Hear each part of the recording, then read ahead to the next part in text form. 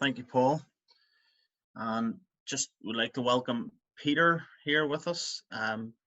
Thank you for joining us, Peter, and for coming online. As I've already said, Peter coordinates Foodbank in Ballymoney. And I'm just going to take a few minutes just to have a chat with Peter just to see how things are going. So, Peter, do you want to just share with us how things have been recently and maybe some of the positives and some of the challenges that you have faced? Well, good morning, everyone. I hope you can hear me okay. Live from 17 The Meadows, Ballymoney. It has been a challenge, I have to say. Our whole mode of operation has changed. We have moved from bringing people into our premises, offering tea, coffee, biscuits, and offering prayer to everyone, to really operating what I could describe, if you can think of a Kentucky Fried Chicken drive-through, where people come up in cars. We take the voucher still off them. They open their boots and we then put the food into their boots. Unfortunately, it means we're not engaging as closely as we would like, but that's the modern situation as it stands. So it has been quite a challenge to change that. We've also had to limit the number of volunteers coming in for social distancing purposes.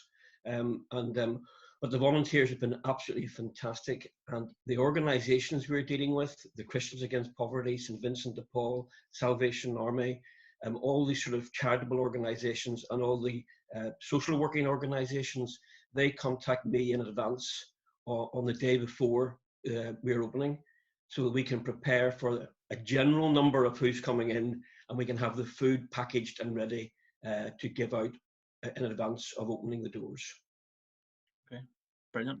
Thanks, Peter. And how has it been for you getting, food in? Have you been able to get access to enough food for distribution? Yeah, great question.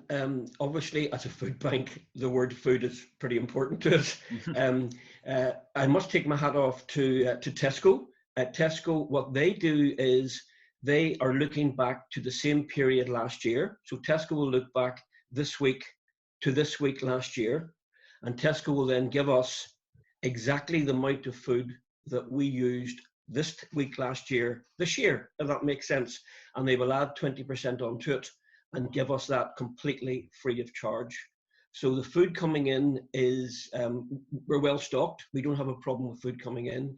And to be fair, Paul has been very good with getting stuff to us as well. And other churches have been opening up on Monday evenings for people to deliver food to them. The church is being unmanned. And then on the Tuesday, the churches bring the food to us in bulk. So we have no problem with food at this moment in time. The people have been very generous, and the general public have been very generous, both financially and with food as well.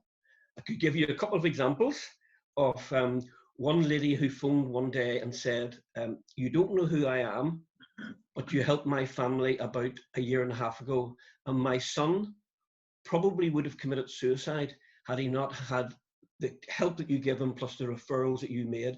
She said to me, would you please call out to my house? And when I arrived at the house, there were 2 bins sitting in the driveway, and there was 2 envelopes, one on each bin. And in one envelope, there was £500 in cash.